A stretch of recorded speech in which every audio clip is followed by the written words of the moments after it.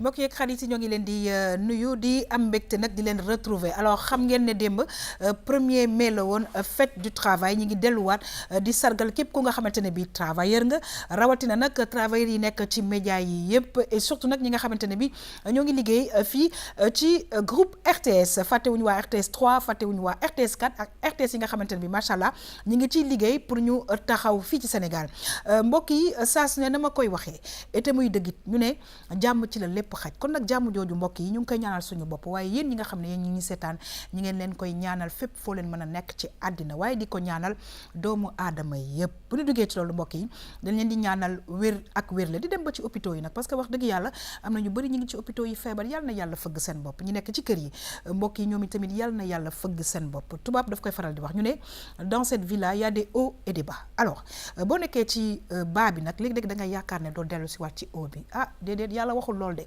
àddina daf noonu la dafa am lu neex ak lu naqadi ñi nekk actuellement ci lu naqadi yàlla na yàlla def ba ñëpp àndandoo bànneexu alors mbokk yi damay kontaan saa su ne su ma feggoog sama xarit Mariem Meng tey nag mu ñëwal ma ci style carrément Baye Fall bi tout simplement mbokk yi ñun dañuy annoncé li nga xamante ne bi ñëpp xam nañ ko mi ngi waaj a ñëw muy koor gi mbokk yi incha allah koor gi xam ngeen ne dañu ne mooy weeru promotion kon nag dafa mel na jaamu yàlla bi yàlla daf ñu ci gën a ibbil ay bunt loolee tax mbokk yi ci wàllu li nga xamante ne bi moom mooy référence alors tey dañuy ànd ak Mariem waaye ànd ak Moustapha Jémé nga xamante ne bi mbokk yi dañuy wax Zikrula muy daal kuy yëngu ci wàllu religion dinañ xool ba ci kanam exactement mbokk yi fan la Mariem jëm ak ñun en tout cas daal boo leen ko gisee ak li nga xamante ne bi moom mooy kurusu Baye Fall yi danañ xam nag wax dëgg yàlla fan la bokk ñu ciy nuyu képp ku nga xamante ne bi yaa ngi Sénégal confrérie religieuse yëpp parce que ñoom ñëpp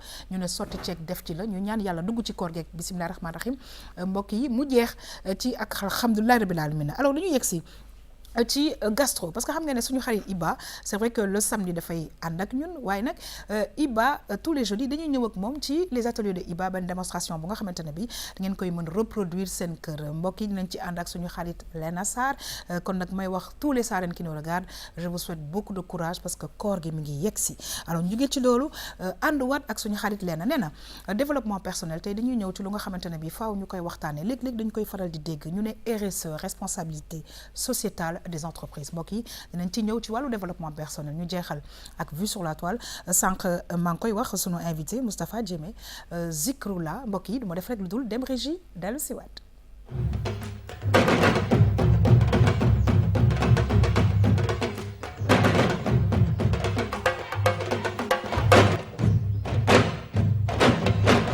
tey nag dañuy am mbégte lool macha allah di nuyu sunu Baye Fall bi kii nag di Mariem Meng Mariem c'est un grand plaisir tey nag non seulement yaa ngi resté yaa ngi ci biir waaye yaa ngi ma tegal cap bi daal en tout cas daal macha allah look bi j'aime beaucoup et c'est un plaisir ni ñu duggee ci li nga xamante ne bii mooy ñuy waajal parce que je pense qu'il était important ñu indi koo xamante ne dafa yëngutu ci champ religieux yi mu nekk suñu référence bu tey parce que ñi ngi jëm ci li nga xamante ne moom mooy koor gi te bu boobaa champ religieux yi xam nga ne dafay bëri ak vraiment lépp lu nga xam ne ça tourne autour de la religion Mariem maa ngi lay nuyu c'est toujours un très grand plaisir à chaque fois de le recevoir et c'est d'autant plus beaucoup plus énorme aujourd'hui maa ngi lay nuyu Mariem yaa xam ñu ngi lay nuyu bu baax di la jaajëfal di nuyu ñëpp tamit di leen ñaanal rek koor gi nga xam ne fa la ñu jëm moo tax it lug bi nii dañ ciy tàmbali ñun tamit ci sellal bi te di ko ñaanal ñëpp tey nag ñu fas yéene jël ki nga xam ne nag moom mooy suñu référence doon Baye Fall Moustapha Jémé di yëngu ci wàllum Zikrula ñu xam ko ci ay kuréel yu bëri yoo xam ne mi ngi ciy yëngu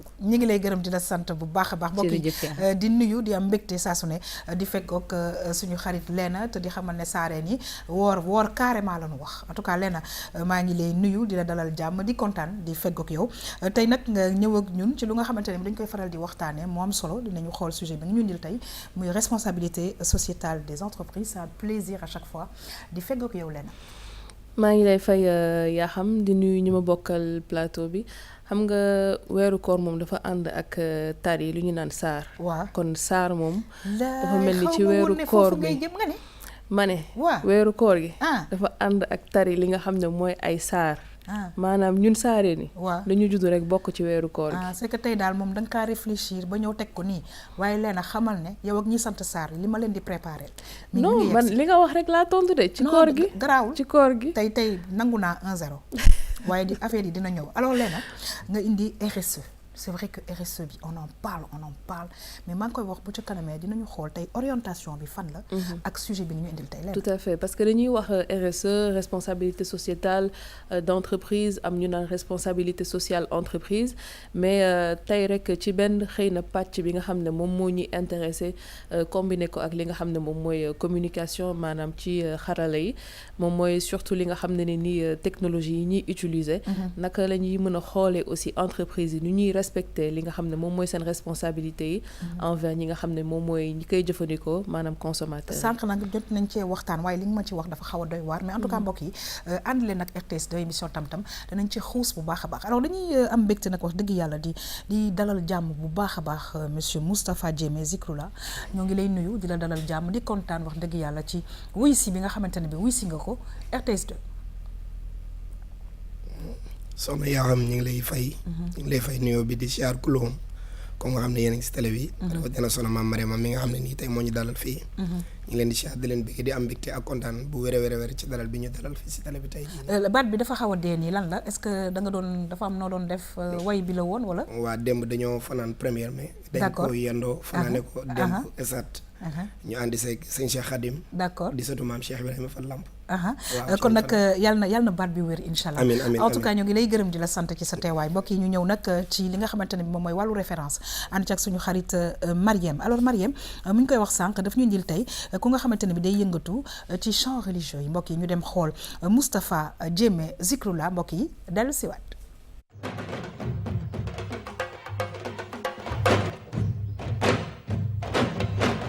ban liggéey mooy jariñ liggéey bi nga xam ne mooy jariñ jullit ñi liggéey boobu mooy liggéey te liggéey boobu moom la maam Cheikh Ibra Fall liggéey moom la Serigne Touba Xaadimal Mustafa liggéey moom la Seydina Muhammad liggéey.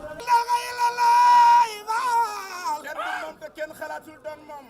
la ilaha illallah kooku mooy Babil Mouridina. la ilaha illallah jalla jalalo jalla jalalo. la ilaha illallah la ilaha illallah la ilaha illallah la ilaha illallah. jërëjëf moom dong la de kenn du moom. la ilaha illallah. Moustapha nag moom royukaay la benn am na yar am nag taalibe te yoon wi dafa soxla loolu bu baax a baax a baax am na yar am nag taalibe te loolu bokk na ci li nga xamante ne maam Cheikh Fall da ko yittewoo ci yoon wi ginnaaw bu ñu waxee li ñuy wax ne jëf te bañ a wax moom bokk na ci ñooñu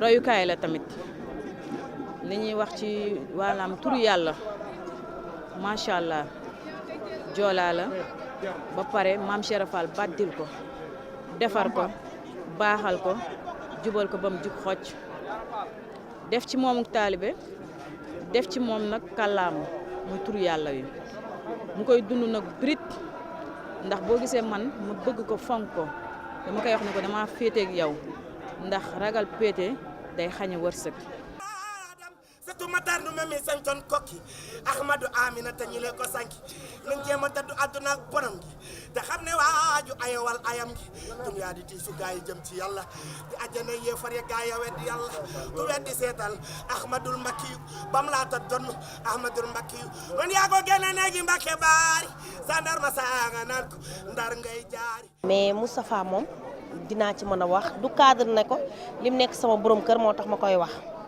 mais Baye Fall la te wax dëgg yàlla day dund Cheikh Ibra bu baax man mi di soxnaam daf may forcé ci ne damaa ragal si karsi barki sëñ Touba ndax man su ma ko déggaloon ba tey kon heure bii dañ naan maa ngi génne ay cassette mais su waxee dama naan ko lu jot rek dina yomb barki sëñ Touba Baye Fall la bëgg na li muy def te gëm na ko te dundul caaxaan waaw Baye Fall la bëgg na li muy def gëm na ko te dundul caaxaan te lépp loo xam ne ñi ngi koy wër ci Baye Fall barki Cheikh Fall mi ngi ci moom lu muy def rek mi ngi ak sikar si moom sikar moom lu muy def dafa day tëdd ci kaw la sax yor téléphone am di enregistré di sikar wala ñu jógee programme ay 3 heures mu yor téléphone am ci mbedd mi di wax di sikar barki sëñ Touba dama naan ko dinañ la mës a rey ci mbedd mi ndax ni ngay def ci téléphone wala day nekk ci néeg bi ma ne ko soo nelawul da ngay bàyyi ki nekk ci néeg bi nelaw parce que day toog ci néeg bi taal téléphone am di sikar di ko enregistré ci téléphone am kon nga xam ne li muy dund Cheikh Fall dëgg la ci moom. li ma lay conseillé de mooy ne Baye Fall de du mooy du tux du naan sàngara surtout li ngay dund muy turu laa ilaha illallah muhammadu rasulullah lii képp moo ko mën a rocc muy leneen ak leneen lu kenn mënta wax ci biir waaye ñun nag sañ nañ ko wax ndax ay Baye Fall ndax ñu mën a dolli ñi ne ci biir te xam li koy rocci ak lenn li nga xamante ne moo koy defar. defoo mooy dafa naqari deret dafa gaaw a mer mais du jàpp mais léegi rek da ngay wax ak moom léegi mu mer dafa gaaw a mer mais moom du jàpp moom mais dafa gaaw a mer waaw.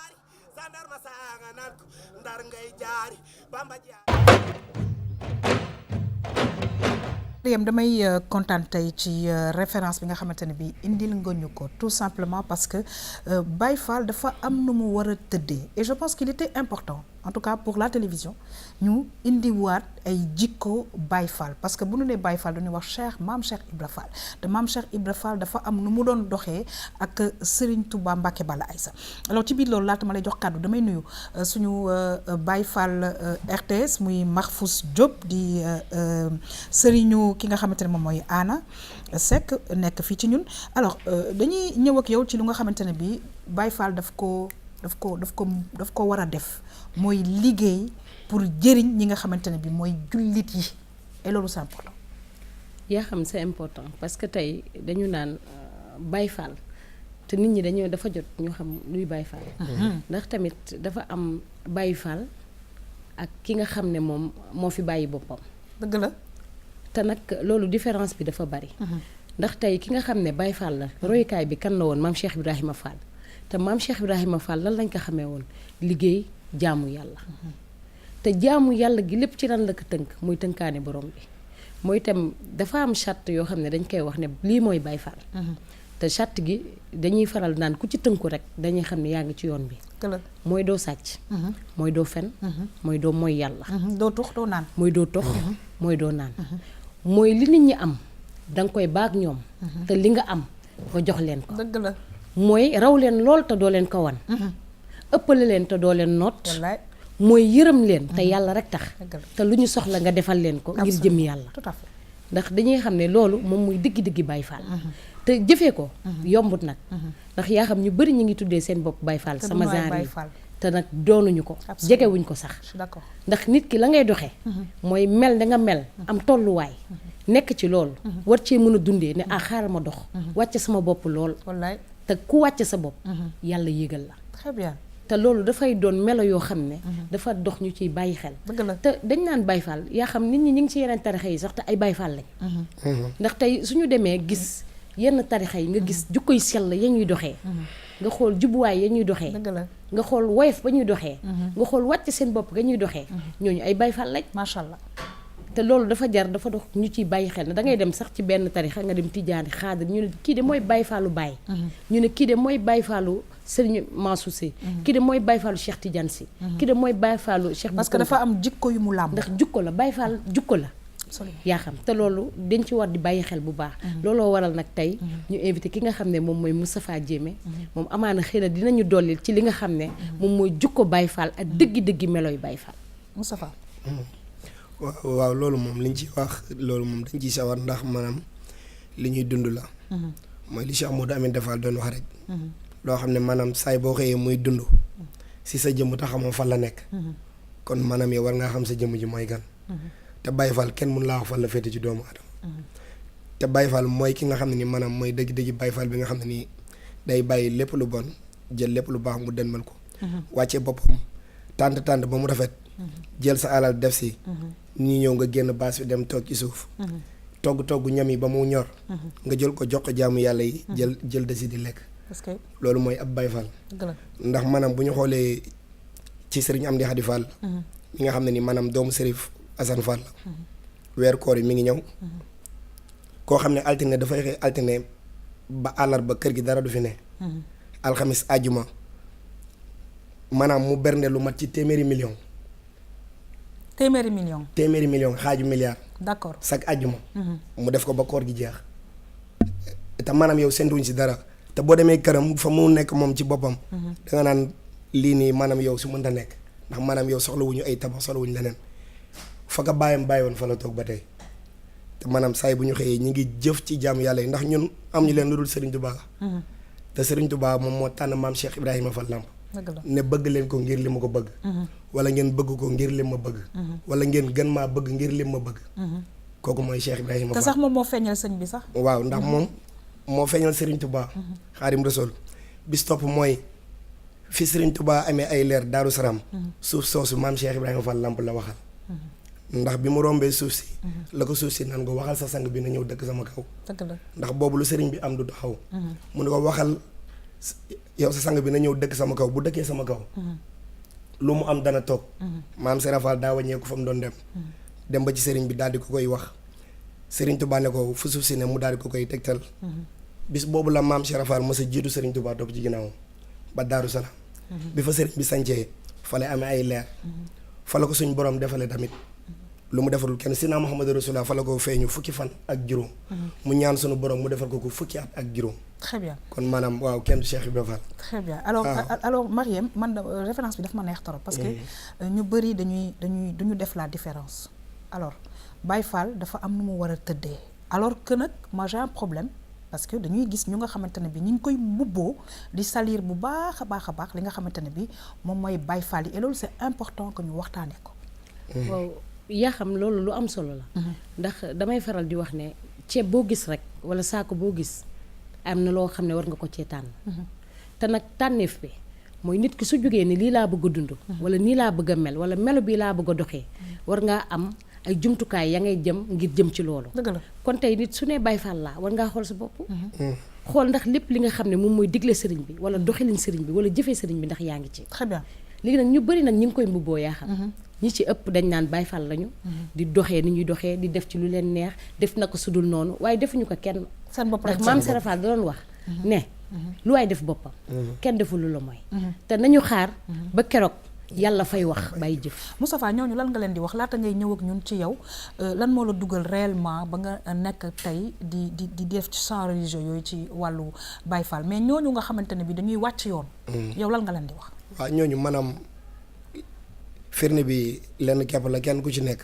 soo xoolee ci ki nga yaakaar maanaam mu nekk sa royukaay fu mu teg tànkam bu ko tegee war nga ko faa teg. bu dee dëgg la ci yow. waaye tey ji am na ñu nga xam ne ni dañuy daw responsable. seen biir kër. génn takk seen laxasaay soo leen waxee kan lañ yaakaar suñ la ko waxee boo demee ba ci sang boobu bir na ma ne maanaam yow du leen xàmmee. waaw tey ji bari na ci ñu nga xam ne nii ñoom ñoo jël seen mbubb sol. génn nekk ci mbedd. nekk ci mbedd bi. waaw di def naka su dul noonu. ndax maam Serap Fall soo gisaan yow ku mës a ñëw ci kër gi ñu màjjal loola. dafa fekk rëy dafa nekk ci yow. ah c'est important li ngay wax ni rëy dafa nekk ci yow. d'accord ñu bëgg nga wàcc. ñu jox la këll. def loola tàngu neen.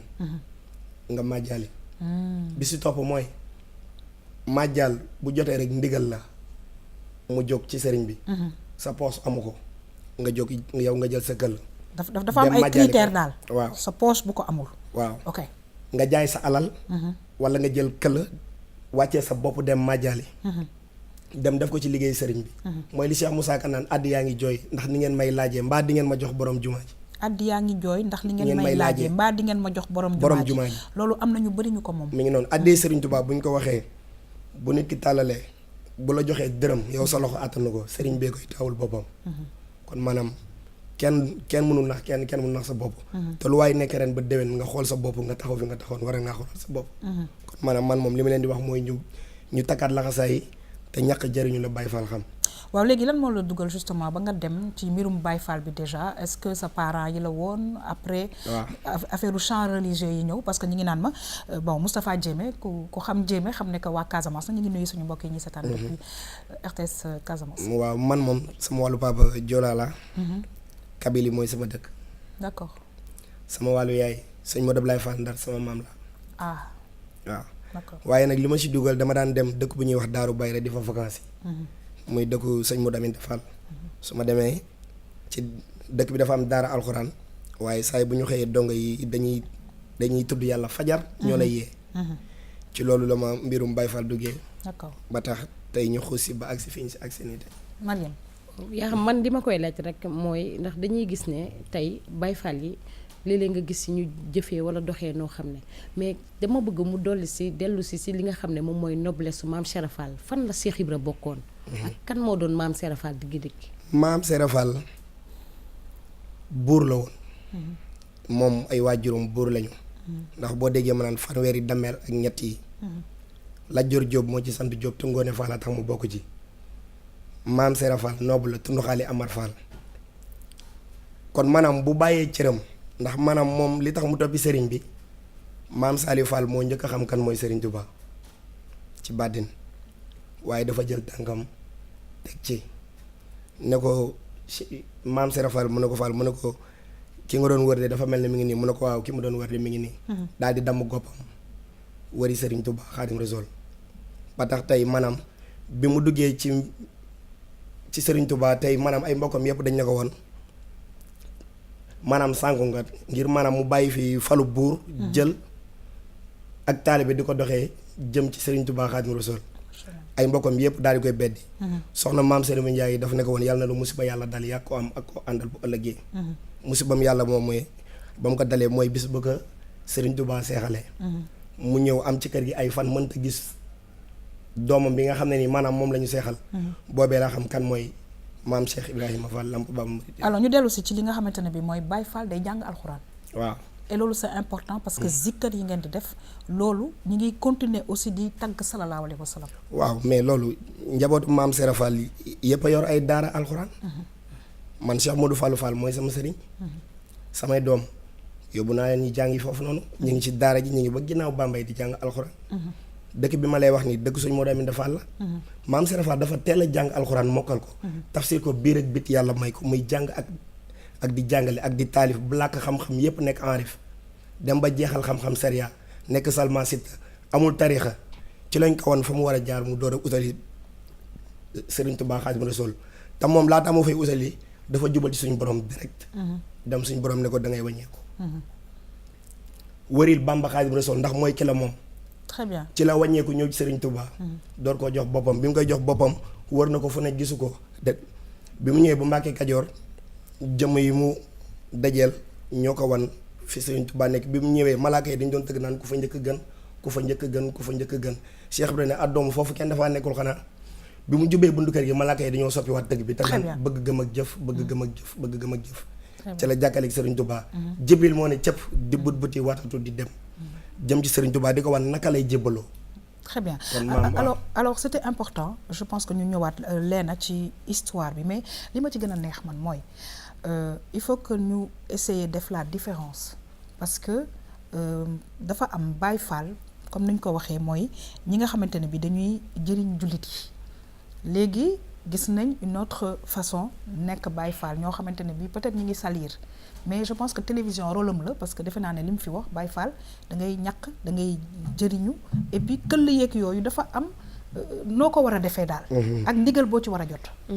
da ngeen wax ñaari mbir yu am solo yow Mariam déjà dafa njëkk a wax ni que ci loo dem rek di nga gis loo xam ne nii loxoom setu ci. donc déjà loolu mënul ñàkk. dëgg la et puis aussi nga wax yow li nga xam ne moom mooy jëriñ jullit yi. te man ci loolu sax laay joxe benn exemple boo xam ne daf ma marqué. ba may soog a ñëwaat fii ñëw weeru koor. heure ndogu jot. ma gis vraiment ñuy dem di ku ci nekk di la distribuer tàndarma ak ay café ak yooyu musuma woon naan café Touba depuis lors nag laa commencé naan café Touba mu neex ma parce que c'était un geste boo xam ne daf ma marqué ma ne waaw ñoom vraiment ku ci nekk yow ñun ñi bu heure ndogu jotee yaa ngi tala ñibbi sa kër taloo ki ci mbedd bi taloo keneen mais ñoom vraiment cette générosité là altruisme boobu di xalaat ñeneen ñi ba li nga xam ne nii cotiser ñëw jox leen li nga xam ne moom mooy ndogu déjà jox ñam nit temps normal rek loolu tiyaaba la à plus forte raison mu nekk weeru koor kon lu ma ne lu dul ak saa rek exactement alors justement xam nga ne bu ñu mënee Baye Fall nag tamit Mariam dañuy wax nag café Touba man bëgg naa ñu xaw ci xuus tuuti nag ci café Touba bi parce que daf cee am xorom nag waaw café Touba moom man li ma siy wax lu néew la ndax maanaam Serigne Touba moo ñu ko indiloon sëriñ Serigne Touba moo ñu ko indiloon sëriñ d'accord waaw moo ñu ko indiloon sëriñ ndax amaana café Touba bi ñu ko defaree ba noppi Touba bi da ci defoon poson ngir sëriñ bi jëfandikoo ko waaw waaye maanaam suñu borom moo ko jox ndigal ngir mu naan moo tax dara fekk ko ci. d'accord ndax Sëriñ Tuubaa bi ko suñu borom yenee yen bi ba noppi. daf ne ko bakkan bi. yaa ko moom. jëmm ji nag loo ko teg attan na ko. loolu wér na waaw loolu la def waaw. yaa xam man nag dama bëggoon rek dellusiwaat tuuti ci parcours am. parce que Moustapha am na ay jaar-jaar yaa xam. Moustapha da doon liggéey ci bâtiment maçon la. d'accord donc ma koy laaj rek ndax Zikroulah bi yàqalu ko liggéey bi nga xam ne moom lay liggéey. waaw Zikroulah bi.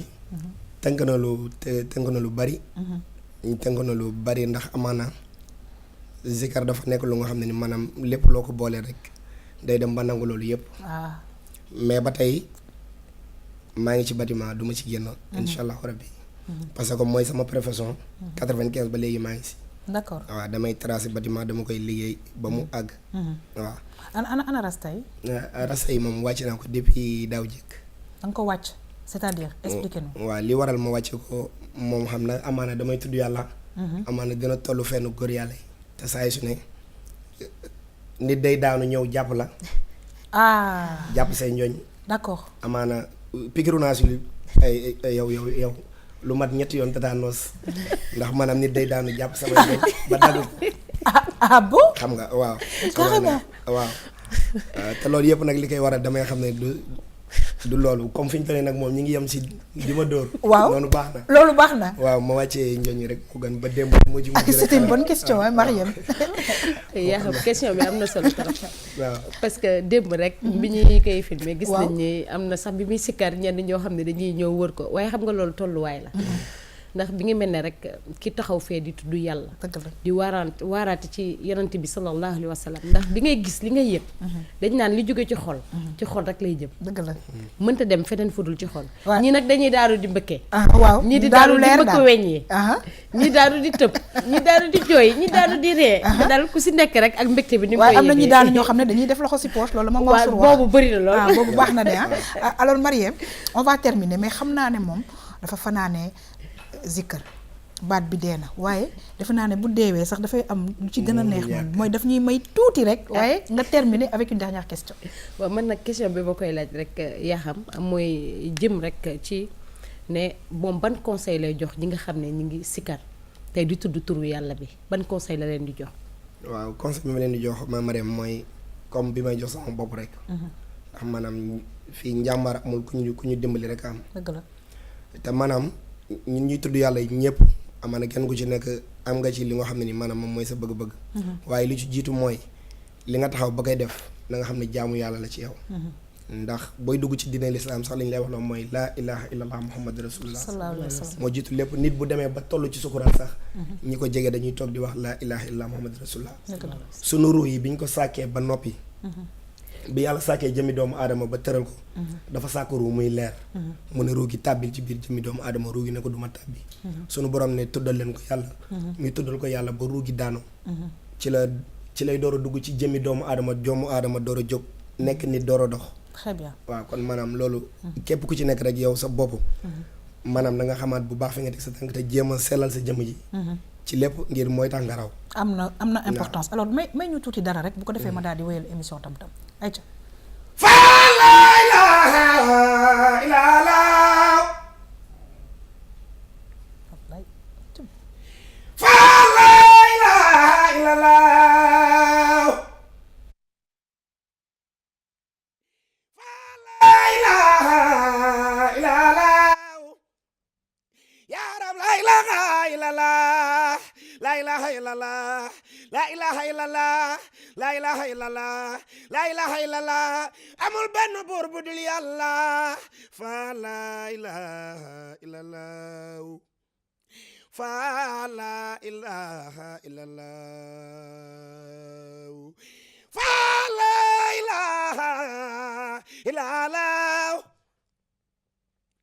ya rab la ilaha illallah la ilaha illallah la ilaha illallah la ilaha illallah la ilaha illallah amul benn buur bu dul yàlla la daloon gaaya gëmoon yonen ba misaal ma war naa am ci gaayi Bamba waaye tubaab bi not na góori Sénégal ñii mu fetal ñii mu dugal ci seeni gaal ñi génn gàddaay ñii di dem ba faatu ñi joxe seen gànnaay ne ndax ñu yaatu fam nanu saamoori ca réewi soose yóbbu Gabon boole koog Birama Siise taalal ko fuur ba nii la kem mu lanse def ko ca biir laa xaw la ma faranse ñoo génn lambi jul de réewim ñooro rey magi doom ja jàllu Fuuta Tooro ñoo dellu royal maami Abdou Bukar Ahmadou Seexu jàpp Abdou Xaadiri jàpp rakamal maami Ali Bukar jërë ngeen jëf. ñu ngi lay sant di la gërëm bu baax a baax di wax rek mbokk yi ñu seetaan ak saa alors c'est vrai que nag dafa mel ni Marème moom beneen daanu leer la def parce que daanu leer boobu mooy ronq ñuy wadd tout simplement parce que bu nu ne jullit macha allah mbokk yi dañuy wax sallallahu alayhi wa sallam te defe naa ne tarixa yëpp. defe naa ne ci loolu rek la ñuy sukkandiku kon nag jaaraama yéen Baye Fall yi waaye jaaraama bépp jullit bu nga xamante ne bi yaa ngi Sénégal bu ko defee ñu nuyu suñu sëriñ yi macha allah ba fàttewuma kenn ñu daal di rek fas yéene noonu mbokk yi dugg ci li nga xamante ne moom mooy weeru koor wu sell wi te defe naa ne li nga xam ne moom mooy zikkar yi mbokk yi da cay am solo lool macha allah en tout cas ñu ngi gërëm di sant bu baax a baax suñu xarit Mariam sant nañ la gërëm na yal na yàlla fay la waaye tamit yal na yàlla fay Moustapha Diémé Zikrula ak ña nga xamante ne bi ñoom ñëpp ma ngay ànd ak ñoom mbokk yi nu xuus nag ci émission tam-tam yegg si ci li nga xamante ne bi moom mooy gastro ànd ci ak Iba les ateliers de Iba mbokk yi nu dem xool dellu siwaat.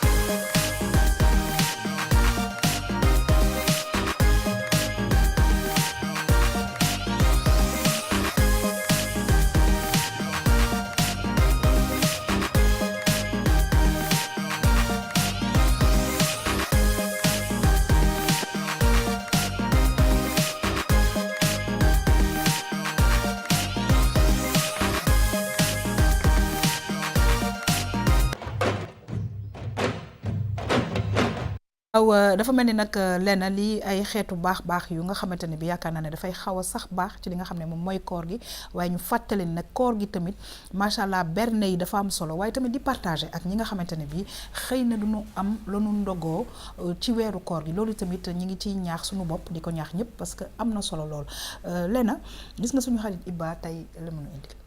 waaw parce que man début bi dama foogoon ni fondant au chocolat la léegi ba ci fin bi nag ci laa gis ni xeer Touba je crois la loolu dafay neex xeer Touba café Touba lépp rek ci Touba bi rek macha allah ma ñëw ci Moustapha weeru koor gi sànq maa ngi koy wax il est important aussi que ñuy gën a partager que berne bi ñuy wax ñuy gën ko def parce que dañu war aussi di xalaat néew ji doole ji c'est important waaw bi ko suñu borom di def sax loolu moo taxoon ndax maanaam tey kii nga xam ne ni maanaam suñu borom dénk na ko alalu àdduna comme ni ma ko mën a waxee tey maanaam moom bu xëyee fajar xiif ba ngoon jot lekkul moom yow bu tiimee ndogu bi ba ndogu moom yow xelam si li mu war a dem mooy ci ñi nga xam ne nii bu ñu ndekkee duñu añ suñu reeree duñu ndekki dëgg la waaw ngir maanaam kenn ku ci nekk rek suñu borom li mu la jox daf la ko jox pour nga partager ko ndax maanaam ci nit la ko jëlee jox la ko bu subaa dem da koy jëlee ci yow jox ko ci keneen kon maanaam yow jaamul yàlla ci biir jaamu yàlla yi ndax mooy tax nga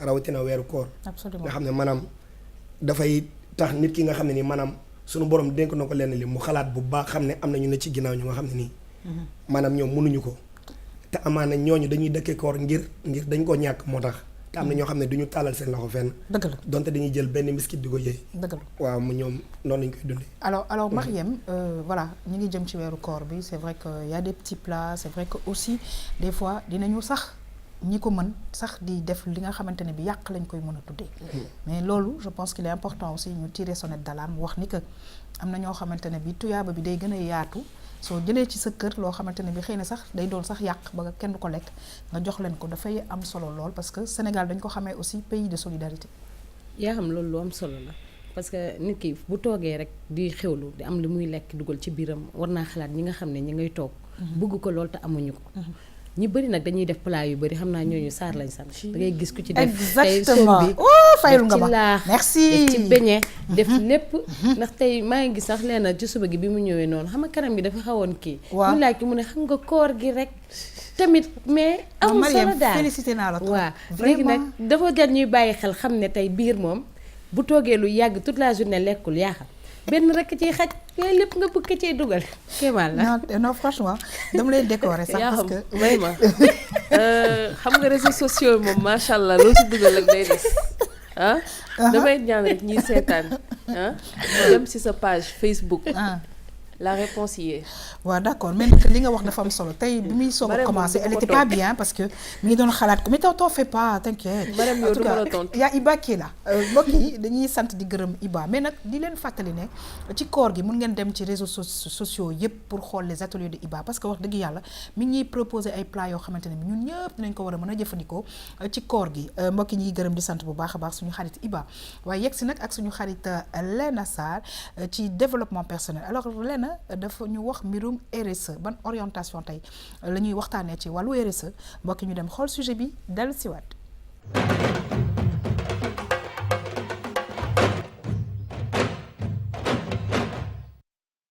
ci mbirum responsabilité sociétale des entreprises dafa am pàcc boo xam ne nii ay pàcc la moom juróom-ñaari pàcc benn ci pàcc yi day wax entreprise bi nan la war a mun a tëddee ak ñi nga xam ne nii ñoom ñooy jëfandikoo ay produits am beneen bi di wax lépp loo xam ne nii mooy mbirum droit de l'homme beneen bi di wax li nga xam ne nii moom mooy lépp loo xam ne nii moom mooy sell ak set bi nga xam ne nii liggéeyu entreprise bi daf ko war a am muy ñetti parties yoo xam ne nii ci juróom-ñaari partie bi dafay régir c'est-à-dire dafay lier wala boog dafay tëgg diggante entreprise bi ak ñi nga xam ne nii ñoom ñooy jëfandikoo ay yëfam donc loolu noonu tey bu ñu ko xoolee dafa am yoo xam ne nii entreprise daf ko war a tëddee ci mbirum sellal ci mbirum setal ci mbirum wax nit ñi dëgg donc loolu noonu ay loi yu taxaw la loo xam ne nii entreprise bi daf ko war a respecter daf ko war a def dafa war a nekk loo xam ne nii aussi waru ci nekk door ci am benn xaarma yàlla ak li nga xam ne mooy consommateur bi lépp loo xam ne nii tey entreprise bi da koy def daf ko war a wax ak ki nga xam ne nii mooy ki koy jëfandikoo ay yëfam utilisateur bi mooy ki koy jëfandikoo lépp loo xam ne nii aussi luy gaañ luy lor ki nga xam ne nii mooy kiy jëfandikoo yëf yi entreprise bi daf ko war a bañ wala organisation bi. ko booy consommer da ngay jàpp ne li ngay consommer sell na donc normalement ci li nga xam ne nii moom mooy qualité li nga war di jëfandikoo sell mi da ci am solo donc parce que dañ lay jaay yëf xamal ne lu sell la xamal ne loo xam ne nii mën nga ko jëfandikoo te doo ci am benn loraange donc bu fekkee ne da nga ko jëfandikoo nag ñu ëlbatikoo ko di la ci yëddu donc dafa nekk loo xam ne nii d'abord àndul ak yelleefu doomu aadama donc entreprise yi di ko def donc du mbirum RSE donc loolu boo ko gisee type entreprise lépp lu entreprise bi wax ci mbirum RSE new loo xam ne nii mën nañ ko jàppee comme dëgg donc intéressé wut ko ñoru ko li ko intéressé moom mooy mbirum politique mbirum am li nga xam ne nii mooy information yi pour mën a jaaywaat keneen wala jëfandikoo ko neneen. waaw Léna sànq maa ngi koy wax c'est vrai que nag RSE bi dafa am ay pàcc yu bëri waaye tey dafa am pàcc bu nga xamante ne bi xëy na choisir nga ko waaye laata loolu xëy na ñu tekki bu baax a baax RSE mooy lan exactement. alors RSE bu ñu koy tekki am na yenn définition yu bëri ba benn buy laal sax environnement bu Mariam mais souvent dañ naan responsabilité sociétale d'entreprise c'est-à-dire entreprise bi ak lu mu mënti toll lu mu mënti yëngu aussi il faut que rek mu am yenn action yoo xam ne da koy jëmale ci wàllum droit de l'homme ci ñiy liggéey daal maanaam bu bokkee ci biir entreprise bi ak aussi ay yenn action yoo xam ne pour le développement la donc lu jëm ci wàllum social bi aussi dañ ko war di def pàcc yi nag bëri na ci wàllum RSE mais tey peut-être li ñu jël parce que dafa tolloo aussi ak actualité rek moom mooy pàcc bi nga xam ne moom moo am trait ak la transparence d'accord tey nag bu ñuy wax ci loolu c'est parce que dafa am ñaari firme internationale yoo xam ne ni kenn ki ci wàllum téléphone day yëngu keneen ki ci wàllum technologie yoo xam ne ni apparemment duñ doon espionner ñi nga xam ne ñoom ñooy consommateurs yi ba ci kenn ki tey boo ñëwee nga jënd ci sitam li nga xam ne moom mooy enceinte nga ñëw nga teg ko ci sa néeg wala sa salon lépp li ngeen di wax apparemment da koy jël te ñoom ils ont avoué quand même ni que effectivement dañ doon def ci espionnage donc dañ doon espionner ñi nga xam ne ñoom ñooy consommateurs yi loolu nag lu tax ñu jël tey sujet boobu c'est pour attirer l'attention technologie mi ngi fi ñi ngi koy utiliser nekk na loo xam ne nii pratiquement tey mënoo gis koo xam ne yorul smartphone wala téléphone sax bu dul dara te tey jii peut-être ñu ngi exposé wu ci yenn danger yi yenn inconvénients yi exactement parce que lu mel ni téléphone yi ñuy yor boo waxee yenn mots yi rek moom day wuyu te laaloo ko bësoo benn touche mais am nga ci exemple leen mën nga ko expérimenter tout de suite et les téléspectateurs vont le voir moo tax je veux dire il était important ñu ñëw ci yi parce que c'est très très dangereux te nit ñi ñi ngi fësal ay mbir yu doy waar ci ay nit te fekk kooku du ko sax naanee ndox donc ñu gën a def attention vas-y dal nañu benn bés xam nga ñun moom ñu naan 2.0 génération 2.0 bu ñuy utiliser par exemple ay tam-tam dañuy teg suñu téléphone parce que ci la ñuy jël suñuy notes yëpp mais boo waxee di Siri rek da ngay gis nga mu réagir te touche laaluma benn touche après day tontu parce que wax naa di Siri rek day réagir ce qui veut dire ñu xool bu baax ne day tontu voilà ce qui veut dire nee na ma je ne comprends pas ce que vous dites parce que olof laay làkk fi mu nekk nii moom xamul li may wax li ce qui veut dire que téléphone bi kon dama koy teg nii mais li ñuy wax yëpp mi ngi koy enregistrer ba boo waxee leen benn mot clé rek mu déclenché wu di Siri allez hop mu déclenché gis nga oui je vois très bien mu ngi noonu donc mu nekk loo xam ne yaa xam dafa dégg nga nee na mi ngi lay déglu je vous écoute oui donc je suis en pleine émission merci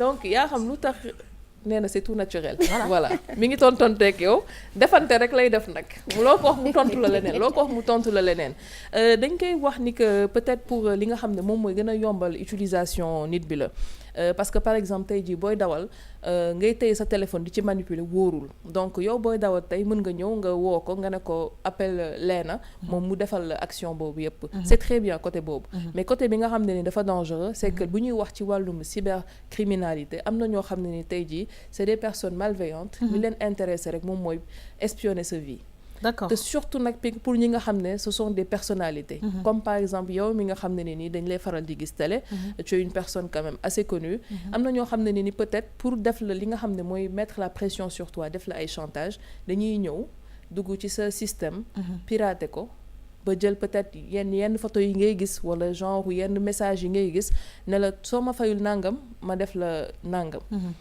exposer ko yàq sa àdduna. Donc pour que vraiment ñu attirer attention ci consommateurs yi te loolu aussi bu ñuy wax RSE responsabilité sociétale d'entreprise.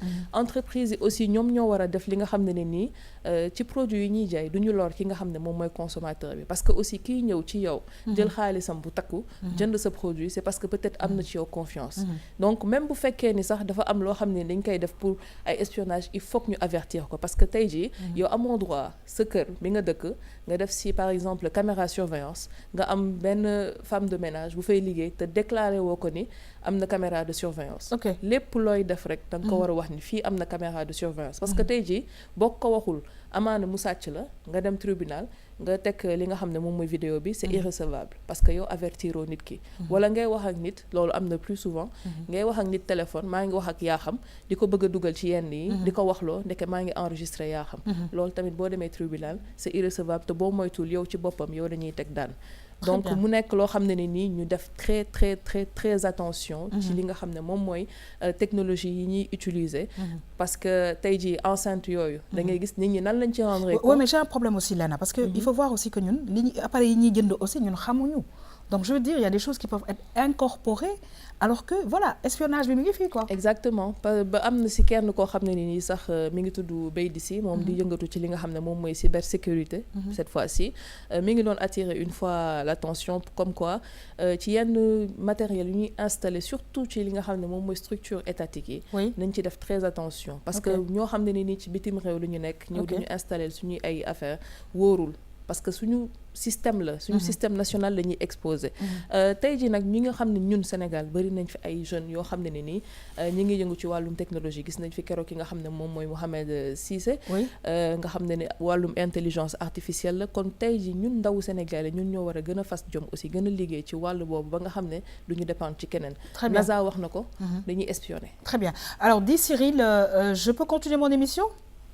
Merci beaucoup alors dañuy ñëw ci Moustapha mu nekk ay mbir yi nga xamante ne bi foog ñu góorgóorlu pour que nit ñi xam ne que vraiment technologie bi avancé na waaye tamit mën na gàllankoor doomu aadama façon mu gàllankoor bu nga xamante ne bi wàññi ay sutura indi ay problèmes yoo xamante ne bi nit ñi duñu xam fan lañ koy waxee moo tax toujours ci yar bi ñu gën ci sukkandikuwaat pour gën a teey xool la ñuy def ak ka ñuy waxal ak fan la ñuy waxee. waaw loolu am na ci solo bu baax a baax ndax maanaam léegi moom téléphone yi mooy tànk yi mooy loxo mooy bët. mooy wax mooy def lépp. kon maanaam kenn ku ci mënti nekk rek maanaam lépp loo ciy def na nga ko xoolaat ko. koo ciy waxal tamit nga xam naka ngay waxee ak moom. loolu rek moo la mën a dimbali parce que léegi maanaam kenn muccatul nit day tëdd si biir néegam sax maanaam te du mën a mucc ndax maanaam ki jóg moom ngir lu bon lu maanaam moom yow fu mu la mën a jaar ba loolu am rek far force daf koy def kon kii li mu wax léegi ne maanaam léegi nit jël say photo wala dara après mu chantage affaire yooyu kooku lu bon moo ko tax a jóg dëgg la kon léegi yow mu yor sa téléphone yow yaay xam lan nga ciy def ba bu ëllëgee bu ko nit kafee sax bu demee du ci gis loo xam ne ni mais léegi-léegi sax Mariem même téléphone bi nii comme ni nga ko waxee nit mun na teg di la enregistrer mu nekk ay façon mu defin yu nga xamante ne bi voilà yaa xam man dama naan loolu yëpp rek ci kiiwu technologie bi avancement technologie bi la parce que am na ay avantages certes mais conséquences yi nga xam ne gaañ yi nga xam ne mi ngi tegu ci kaw doomu aadama yi bëri na torop bu ñuy xool sax ni tey da ngay gis ay xale yu ndaw yaa xam tey li ñu xam ci téléphone ñun xamuñu ko déedéet da ngay gis xale yu ndaw yoo xam ne ñi 5 ans tey bu ñu téyee seen téléphone yaay wala seen téléphone pap mën nañ changer photo mën nañ def leneen ak leneen alors que si biir technologie bi ñoom ñi ko defar ku ci nekk ak li la tax a jóg peut-être que ni dafa am yoo xam ne am na appareil yoo xam ne bu comme bu lenn bi am na yoo xam ne amuñu loolu mais est-ce que amul leneen loo xam ne ñun tamit xamuñu ko Léna exactement te loolu aussi bon parce que peut-être côté inconvénient bi lañ gën a xool mais je pense que bokk na ci li tax ñu def ko pour xeex yenn xeetu genre terrorisme yi parce que tey jii comme ñu bëri xam nañ ne que téléphone nit ñi dañ ciy méfier wu moo tax ñi nga xam ne ñoom ñooy Amazon mën naa ko tudd sans faire de publicité dañuy jël enceinte yi ñoom ñu affirmer ni que effectivement dañuy espionner mais loolu aussi mën na nekk pour bu ñu tegee tey sa enceinte sa biir kër yow boo ko jëndee ñuy xool ndax yow waxoo ci ay planifié naka ngay defee acte terroriste wala genre yooyu donc ci côté boobu am na avantage tout à fait mais comme lu Marème wax sànq rek lépp loo gis am na lu baax am na ñoo xam ne ñu ngi ciy xalaat lu dëgg la baax donc loolu moom mooy li nga xam ne ni peut-être ñu xam fan mooy limite bi aussi et puis ku ci nekk tamit booy def rek nga xalaat ëllëg parce que ëllëg aussi kenn xamul lan la. tout à fait en tout cas dañ la ciy gërëm di la ci sant bu baax a baax parce qu'il était important aussi ñëw ci ak ñi nga xamante ne bi ñoom ñoo ñuy seetaan wàllu RSE boobu benn pàcc la moo am yeneen i pàcc yu nga xamante ne bi sànq ki nga interview mi ngi koy wax am na juróom-ñaari pàcc en tout cas lenn dañu lay sant di la gërëm bu baax a baax toujours di jàngee ci wàllu développement personnel parce que defe naa ne ni ñu koy waxee jàng du wees mbokk yi nag ñu ñëw jeexal émission tam-tam ak li nga xamante ne bi mooy vue sur la toile.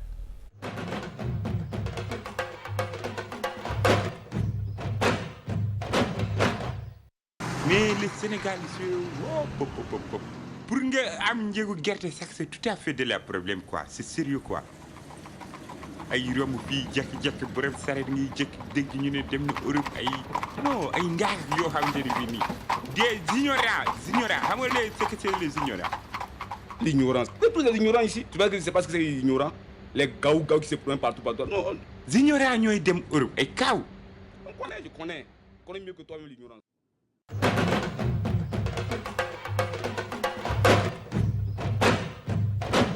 Moustapha lan nga gis ci sunu vue sur la toile bi loo ci gis. waaw li ma ci gis de moom bàyyi ma ci xel nag bu baax a baax. waaw. très bien en tout cas man daal li ma ci jàpp te mu neex ma ci mooy li nga xam ne moom mooy dessin animé yi ñu ngi ciy dugal suñu ay kàllaama te loolu c'est important gis naa ci tamit ku nga xamante ne nee na ignorants yi ñoom ñooy dem di côté de l'Europe en tout cas Moustapha ci loolu nag la ñu lay tàggoo. di la gërëm di la sant bu baax a baax. di leen ñaanal jàmm ak salaam di ñaan encore une fois jullit yëpp ñu dugg ci koor gi ci bisimilah rahmaani rahim ñu jeexal ko ak alhamdulilah rabil alamina yal na yàlla wéral baat bi.